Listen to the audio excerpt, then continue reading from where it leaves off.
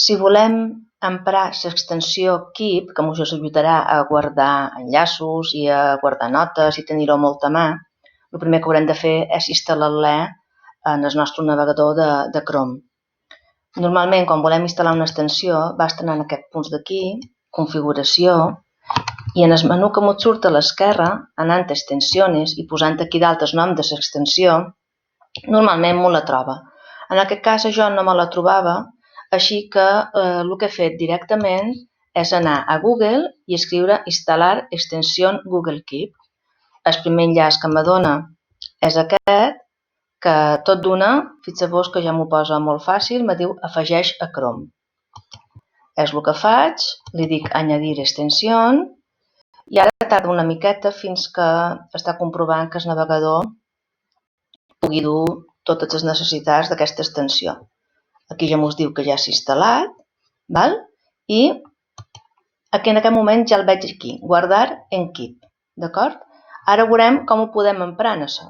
Per exemple, imagineu-vos que jo estic navegant i allò que fem, que comencem a obrir finestres i una finestra te du una altra i te trobes amb una pàgina que t'interessa, com aquesta que m'ha passat a jo de Elige tu lectura veraniega para el mes de julio. Jo el que faig és posar-la aquí i jo ja tinc creada una etiqueta que després ja veurem com es fa, lectures per revisar, i aquí podria posar simplement lectures pel juliol, per fer alguna cosa. Ell veig que ja ho està guardant perfectament, ja la tenim guardada, després ja veurem com ho administram en això. O també, per exemple, resulta que jo estava navegant i he trobat aquesta pàgina que ens dona bancs de rúbriques per descarregar i perquè un se les pugui, diguéssim, adaptar a les seves necessitats. Per tant, ara, per fer una pràctica més, també la desarem. Llavors, vaig damunt aquí, li poso guardar en Google Keep i li poso rúbriques. I titulo banc de rúbriques. I ell mateix ja s'està, diguéssim, desant i ho tenim ja tot a punt. Si ara volem anar en el Google Keep, per veure com ho tenc, vaig a Google Keep,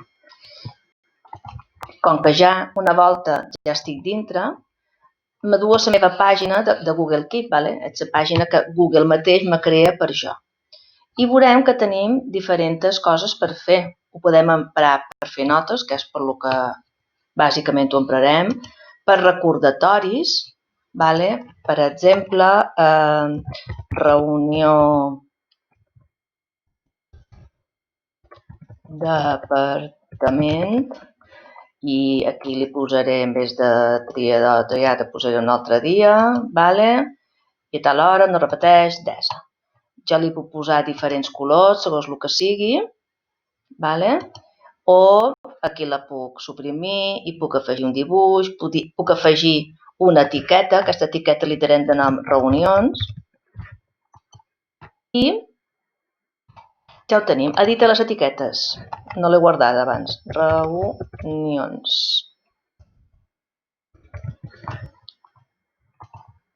Ja tinc aquesta etiqueta. Si jo veig les etiquetes que jo tenc, en tinc una que es diu reunions, una que es diu tècniques d'estudi, una altra que es diu webs pendents de llegir. Qualsevol cosa que vosaltres penseu que ho podeu tenir aquí totalment aclarit. Aquí me surten les meves etiquetes. Inclús li puc posar, normalment me deixa inclús triar colors o dibuixos. Prenem les notes. Aquí tinc una reunió. Aquí tinc banc de rúbriques i, per exemple, li puc posar una etiqueta, si jo trobo. Recordatori, col·laborador, canvia el color, afegeix una imatge, afegeix una etiqueta. Per exemple, eines, avaluació. I ara jo tinc una altra etiqueta i així tot el que jo vagi veient per la web que puc relacionar dins aquesta etiqueta, ho puc posar aquí. I resulta molt útil. Ho podem canviar el color quan vulguem, podem fixar la nota, podem ficar-li colors, per exemple, en aquest la puc posar tot el que sigui lectures, les tècniques d'estudi, si m'interessa, les puc posar amb un coloret blau i, per exemple, aquesta la puc deixar en blanc. Bé, és molt útil perquè això el que me passa moltes vegades és això, que mentre estàs cercant per la web trobes coses que t'interessen i que després se t'obliden o la guardes aquí, per exemple, la guardes en la teva barra de marcadors, però després no la trobes quan ets a una altra banda. I també el bo que té és que això ho pots veure tant a l'ordinador com a la tablet com en el mòbil.